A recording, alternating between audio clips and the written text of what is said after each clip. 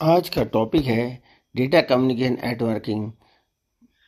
और ये जो आप पीपीटी देख पा रहे हैं वह है फोरोजन के द्वारा, और वह है चैप्टर 1 के इंट्रोडक्शन के बारे में। तो आज हम मुख्य रूप से इस सब्जेक्ट के इंट्रोडक्शन के बारे में बात करेंगे। डेटा कम्युनिकेशन जाने से पहले हमें जानना होगा कि टेली कम्युनिकेशन क्या होता है। तो टेली कम्युनिकेशन, जैसे टेली मतलब दूर और कम्युनिकेशन मतलब संपर्क करना या संचार का माध्यम, संचार करना। तो टेली कम्युनिकेशन मतलब हमें दूर की वस्तु से कम्युनिकेशन करना है, उसे कहते हैं टेली कम्युनिकेशन। अब डेटा क्या होता है? डेटा जो है एक इन्फॉर्मेशन को बताता है जब दो डिवाइस आपस में इसका आदान प्रदान करते हैं। तो इस प्रकार से अगर हम डेटा कम्युनिकेशन की बात करें तो data communication are the exchange of data between two devices via some form of transmission medium such as a wired cable. तो डेटा कम्युनिकेशन दो डिवाइस के बीच डेटा का आदान प्रदान है, जो कि किसी ट्रांसमिशन मीडिया जैसे वायर केबल या वायरलेस मीडियम के थ्रू हो सकता है। Topics covered in this section: components of data communication systems and data flow. तो चलिए हम अपनी अगली स्लाइड पर आते हैं।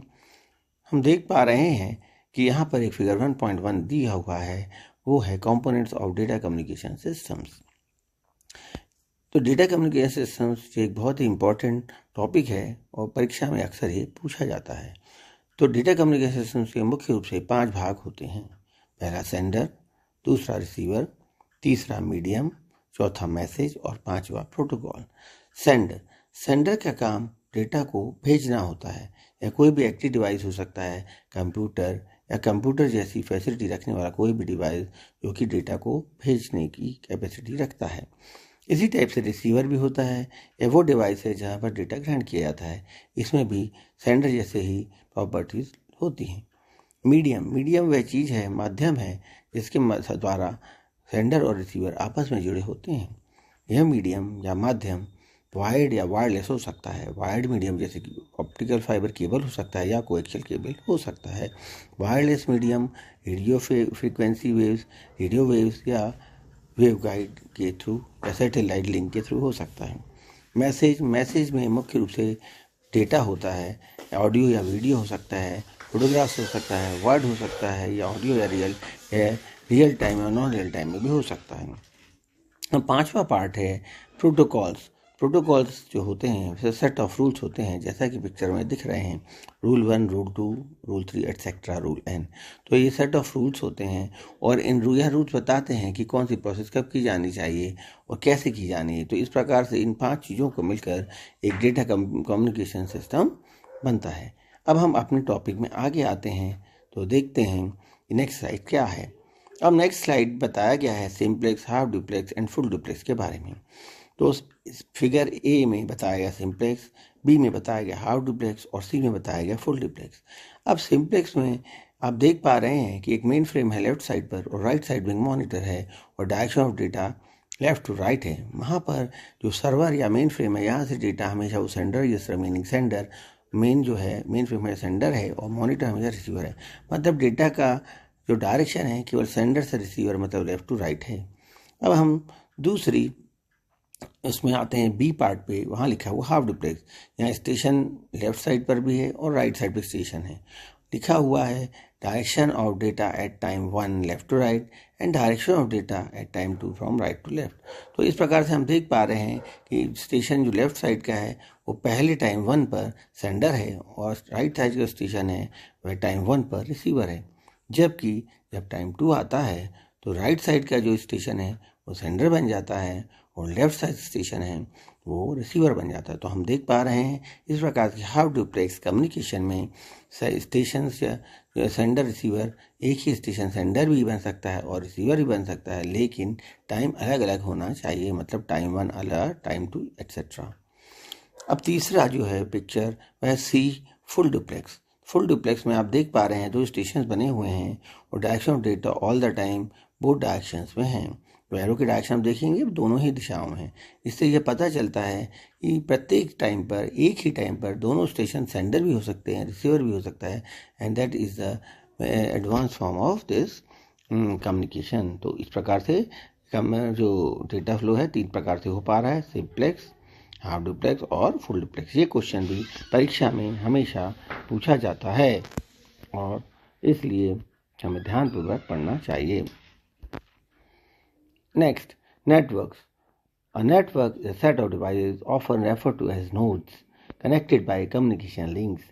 तो आप देख पा रहे हैं कि डिवाइसेस जो आपस में जुड़े होते हैं किसी फिजिकल या नॉन फिजिकल वायर्ड या बिना वायरलेस माध्यम से, तो उनका एक नेटवर्क बन जाता है। जो डिवाइस होते हैं उनको कहते हैं नोड्स, और जो उनके जो माध्यम होता है उनको कहते हैं लिंक्स।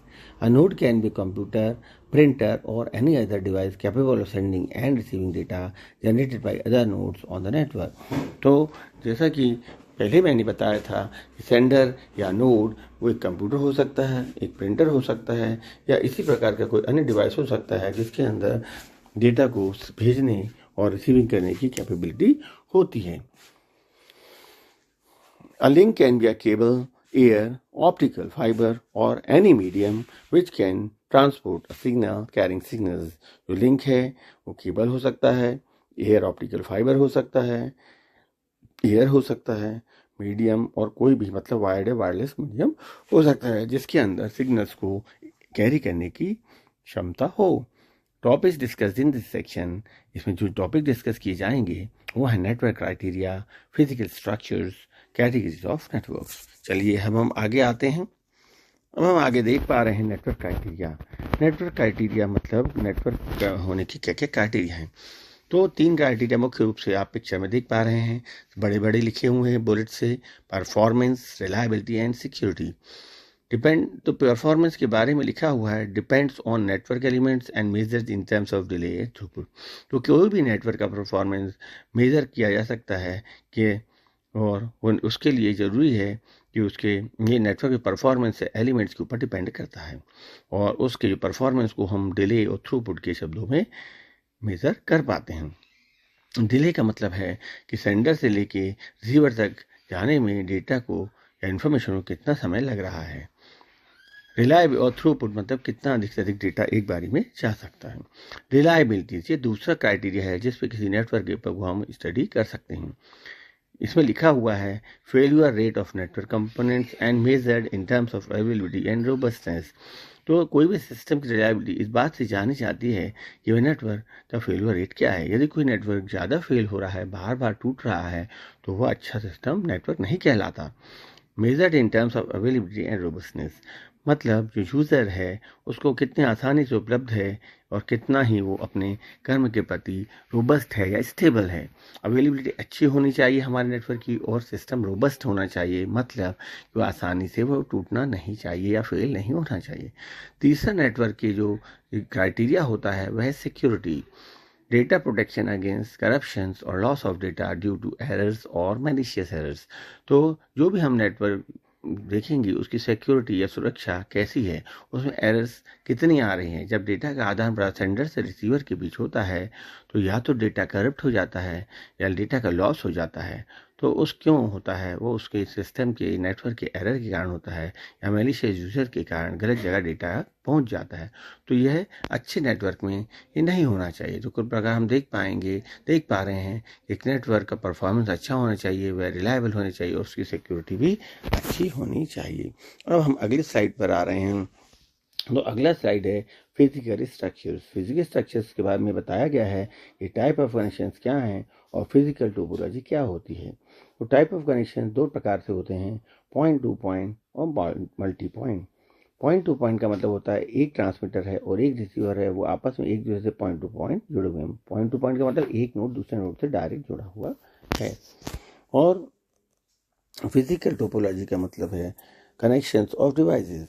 कनेक्शन ऑफ डिवाइसेस का मतलब types of transmission, unicast, multicast, broadcast. मतलब जो टोपोलॉजीज हैं जब हम आगे देखेंगे अब हम दूसरे वीडियोस में, तो हम अच्छे से समझ पाएंगे कि पॉइंट टू पॉइंट कनेक्शंस क्या होते हैं और फिजिकल टोपोलॉजी क्या होती है। चलिए अब हम आगे आते हैं। तो वैसे मैं आपको बता देता हूँ कि इस टाइप से जैसे ये नोड्स हैं और इनकी जो कनेक्शन है तो ये पॉइंट टू पॉइंट है, और अगर ये इस टाइप के कनेक्शंस हैं तो ये पॉइंट टू मल्टी पॉइंट कहलाता है। फिजिकल कनेक्शंस ये यूनिकास्ट, मल्टीकास्ट, इसको हम बाद में देखेंगे। अब हम अपने टॉपिक पे हम आगे जाते हैं। तो हम आगे बढ़ते हैं अपने टॉपिक पे। चलिए अब हम अपने टॉपिक में आगे चलते हैं। तो types of connections, point two point, and point multi point, जैसे कि मैंने पीछे अभी आपको समझा दिया था, वह उस पिक्चर फिर से आ गई। तो यहाँ आप देख पा रहे हैं पॉइंट टू पॉइंट, जहाँ ए में लिखा हुआ है 2 स्टेशन से एक लिंक के साथ जुड़े हुए हैं, जबकि नीचे वाले में मल्टी पॉइंट में एक सिंगल मेन फ्रेम है जो कि 3 स्टेशन से जुड़ा हुआ है। तो पहला उदाहरण पॉइंट टू पॉइंट का है, जबकि दूसरा उदाहरण मल्टी पॉइंट का है। अगला टॉपिक है टोपोलॉजीज। टोपोलॉजीज मतलब आपस में डिवाइस किस प्रकार से जुड़े हुए हैं। तो जहाँ पर मुख्य रूप से मैश टोपोलॉजी, स्टार टोपोलॉजी, बस टोपोलॉजी और रिंग टोपोलॉजी के बारे में बताया गया। इसके अलावा एक टोपोलॉजी और होती है, वह होती है हाइब्रिड टोपोलॉजी, जो कि इनका मिक्सअप होता है। तो चलिए, जब हम बाद में आगे से वीडियो पढ़ेंगे डिटेल्स में, तो हम इसको अधिक से अधिक अच्छे से पढ़ेंगे। आज के लिए अभी इतना ही, और आगे हम चलते हैं। नेक्स्ट स्लाइड क्या कहती है। नेक्स्ट स्लाइड, जैसा कि आप पिक्चर में देख पा रहे हैं, मैश टोपोलॉजी के बारे में बताया गया है। यहाँ 5 स्टेशन बताए गए हैं, और आप देख पा रहे हैं कि हर एक स्टेशन दूसरे स्टेशन से जुड़ा हुआ है, मतलब हर पहला स्टेशन अन्य 4 स्टेशन से जुड़ा हुआ है। तो इस प्रकार से सारे स्टेशन पॉइंट टू पॉइंट आपस में जुड़े हुए हैं। इस प्रकार की टोपोलॉजी को कहते हैं कि फुल्ली कनेक्टेड मैश टोपोलॉजी। अब आती है स्टोर टोपोलॉजी। स्टार टोपोलॉजी में एक हब है जो कि पीले कलर दिखाया जा रहा है, और 4 स्टेशन जुड़े हुए हैं, मतलब जो भी स्टेशन है वह हब के थ्रू आपस में कनेक्टेड हैं, और कोई भी स्टेशन किसी अन्य स्टेशन को डेटा का आदान प्रदान हब के थ्रू कर सकता है। इस प्रकार की टेक्नोलॉजी को स्टार टोपोलॉजी कहते हैं। नेक्स्ट टोपोलॉजी आती है बस टोपोलॉजी। जैसा कि आप पिक्चर में देख पा रहे हैं, 3 स्टेशन ऊपर दिखाए गए हैं, वो एक मीडियम के थ्रू, ड्रॉप लाइन जिसको कहते हैं, उसके थ्रू टैप किए हुए हैं। टैप किए हुए मतलब नीचे एक बस जा रही है, उसकी केबल का एंड लेफ्ट में दिया हुआ है और राइट में दिया है, और बीच में केबल जो है बस जा रही है, और बस जो है बस से टैपिंग करके ड्रॉप लाइन के थ्रू स्टेशन को कनेक्ट किया है। जैसा कि बस नॉर्मल नगर निगम से जो नल की कनेक्शंस होते हैं हमारे घर तक पहुंचाए जाते हैं। तो इसमें कोई भी स्टेशन किसी अन्य स्टेशन को डेटा का कम्युनिकेट कर सकता है अगर वो बस से प्रॉपरली कनेक्टेड है। तो इस प्रकार की टोपोलॉजी को बस टोपोलॉजी कहते हैं। अगली टोपोलॉजी है रिंग टोपोलॉजी। जैसा कि नाम से पता है, इसमें स्टेशन है एक रिंग के फॉर्म में जुड़े हुए हैं, जैसा कि पिक्चर में आप देख पा रहे हैं। इसमें जो हैं जो कनेक्शन पॉइंट्स है वो रिपीटर्स हैं, और कोई भी डेटा स्टेशन दूसरे स्टेशन को डेटा का आदान प्रदान इस रिंग के माध्यम से कर सकता है। पर इस रिंग में डेटा किसी एक दिशा में हमेशा घूमते रहता है। इसमें कैरियर एंड वो क्लॉकवाइज भी हो सकता है और एंटी क्लॉकवाइज भी हो सकता है, लेकिन उसकी दिशा निश्चित रहेगी, और कोई भी स्टेशन दूसरे स्टेशन को कम्युनिकेट कर पाएगा। तो ये थे ring topology. Next hybrid topology. जैसा मैंने आपको पहले ही बताया था कि एक और टेक्नोलॉजी एक और टोपोलॉजी होती है इन सब के अलावा, जो हाइब्रिड कहलाती है। तो ये हाइब्रिड टोपोलॉजी है जिसमें जो स्टार बैकबोन विद 3 बस नेटवर्क, तो 3 बस नेटवर्क हैं, जैसे 3 लाइन है, 3 बस के थ्रू जुड़े हुए हैं, और वो हब के थ्रू आपस जुड़े हैं, मतलब this is a mixup of hub और बस टोपोलॉजी का, उसको कहते हैं हाइब्रिड या mix topology. Next categories of network. अब आगे क्वेश्चन आता है कि कैटेगरी ऑफ नेटवर्क होता क्या है। अभी तक हमने पढ़ा था कि डिवाइसेस या नोड्स आपस में लिंक्स या माध्यम के थ्रू जुड़े रहते हैं, और उनको कहते हैं नेटवर्क्स। और नेटवर्क की क्या क्राइटेरिया हैं और क्या क्या गुण होने चाहिए, इसको भी हम नेटवर्क क्राइटेरिया में पढ़ चुके हैं। टोपोलॉजीज मतलब फिजिकली वो कैसे जुड़े होते हैं, ये भी हमें जुड़ा है। अब हम बात करेंगे category network, local area network, LANs, wide area network, WANs and metropolitan area MANs. Paper में यह क्वेश्चन भी हमेशा आता है। तो हमने पिछले अभी टॉपिक पढ़ा था टोपोलॉजीज, यह भी पेपर में बहुत डिटेल्स में टोपोलॉजीज के बारे में क्वेश्चन आता है। इसके बारे में मैं आपको और भी डिटेल में वीडियो बनाऊंगा, लेकिन आज के लिए इतना ही काफ़ी था, क्योंकि आज हम पहली बार इंट्रोडक्शन पढ़ रहे हैं, इसलिए सफिशिएंट था। अब लोकल एरिया नेटवर्क लेंस ये छोटे डिस्टेंस के लिए होता है, जैसा कि यहाँ लिखा हुआ है, और ये लोकल इंटरकनेक्टिविटी के लिए होता है। इसका उदाहरण ऐसा है कि एक बिल्डिंग में बहुत सारे पीसीस लगे हुए हैं और वो आपस में जुड़े हुए हैं, तो ये लोकल एरिया नेटवर्क का उदाहरण है, क्योंकि बहुत शॉर्ट डिस्टेंस पे रहते हैं, एक ही बिल्डिंग के अंदर रहते हैं और आपस में कनेक्टिविटी ये प्रोवाइड करते हैं। Wide area network long distances के डिवाइस को कनेक्ट करने के लिए यूज़ किया जाता है, और कनेक्टिविटी लार्ज एरिया के लिए होती है, जैसे एक सिटी के, जैसे एक बिल्डिंग से दूसरे बिल्डिंग या एक तो को जोड़ने के लिए वाइड एरिया नेटवर्क हो सकता है। इसमें बिल्डिंग्स दूर दूर हो सकती हैं और local area network same building थी, इसमें थोड़ा नेटवर्क बिल्डिंग्स दूर दूर हो सकती हैं, इसलिए डिस्टेंस ज़्यादा होगा comparatively local area network devices के बीच में, और कनेक्टिविटी थोड़ी लार्ज एरिया के लिए होगा। अब तीसरा है मेट्रोपॉलिटन एरिया नेटवर्क, MANS। इसे सिटी एरिया नेटवर्क भी कहते हैं, provides connectivity over area such as city और कैंपस। तो किसी कैंपस या सिटी में भी कनेक्टिविटी करनी है डिवाइसेस की तो मेन से सिटी एरिया नेटवर्क का उपयोग किया जाता है। अब आती है an isolated LAN connecting 12 computers to hub in a closet. तो ये पिक्चर में आप देख पा रहे हैं कि एक ही बिल्डिंग में ये 12 कंप्यूटर्स हैं जिनको एक हब के थ्रू जोड़ा गया है। अब समझने के लिए है। अब आप देख पा रहे हैं one, switched one and a point two point one. तो आप ऊपर की पिक्चर में देख पा रहे हैं स्विच्ड वैन की है और नीचे की picture point two point van है। तो ये एक पिक्चर है जो हमको समझने के लिए है, इसको ज़्यादा भी डिटेल्स में पढ़ना नहीं है, बस हम कुछ पर देख पा रहे हैं कि कंप्यूटर्स हैं, मॉडेम्स हैं, पॉइंट टू पॉइंट वैन है और ISP इंटर सर्विस प्रोवाइडर्स हैं, सिस्टम ABC हैं, इस टाइप से चलता है। नेक्स्ट हम पढ़ते हैं heterogeneous network made of 4 lanes and 2 lanes। अब जैसा कि टोपोलॉजी हाइब्रिड हो सकती है, इसी प्रकार से एक नेटवर्क हिट्रोजीनियस भी हो सकता है। हिट्रोजीनियस नेटवर्क का मतलब है कि मिक्स ऑफ नेटवर्क्स जो कि एक से नहीं है नेटवर्क। यहाँ पर आप देख पा रहे हैं कुछ पीले कलर से नेटवर्क दिख रहे हैं और कुछ पिंक कलर से। जो पिंक कलर के नेटवर्क्स हैं, जो पिंक कलर के नीचे वाले हैं वो लैन, और लैन से जो कनेक्टेड है कंप्यूटर्स नीचे वाले, और ऊपर वाले जो सिस्टम है वो वैन से हैं। तो लैन और वैन का मिक्सचर है जिसमें 2 लैन है और एक वैन है, जैसे कि ऊपर टॉपिक में भी लिखा है। तो ये हिट्रोजेनस नेटवर्क का एग्जांपल है। अब आता है internet. The internet has revolutionized many aspects of our daily lives. It has affected the way we do business as well as the way we spend our leisure time. The internet is a communication system that has brought a wealth of information to our fingertips and organization। तो आपको जैसा पता है कि आज हर चीज़ में internet ने आपस में हम सबको जोड़ लिया है। अब ये कितना बेनिफिशियल है इसको मेरे को समझाने की जरूरत नहीं है। आप अपने मोबाइल पर मुझे देख पा रहे हैं या मेरा वीडियो देख रहे हैं, ये भी इंटरनेट के माध्यम से डेटा का आदान प्रदान हो रहा है, या आप अपने PC पे जा कर रहे हैं। कुछ भी हम जो आज के डेट में करते हैं उसमें डेटा कम्युनिकेशन इंटरनेट बहुत ही आवश्यक है, इसको ज़्यादा समझाने की ज़रूरत नहीं है। पर ये कुल मिलाकर ये इंटरनेट ये आपस में कम्युनिकेशन का मुख्य रूप से एक स्रोत है। इसके अंदर हम टॉपिक्स पढ़ेंगे organization of the internet and internet service providers.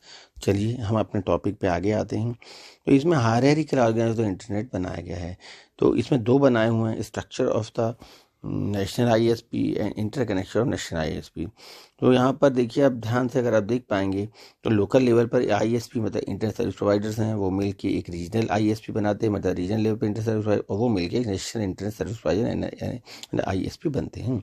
इसी टाइप से नेशनल ISP मिलकर एक बड़े नेशनल ISP आपस में कनेक्ट हो सकते हैं। तो ये हायरार्किकल यानी किस प्रकार से छोटे से बड़े की ओर हम जाते हैं उसके बारे में समझाया गया है। इंटरनेट के कनेक्शन कैसे होता है इंटरनेट। अब आते हैं प्रोटोकॉल्स के बारे में।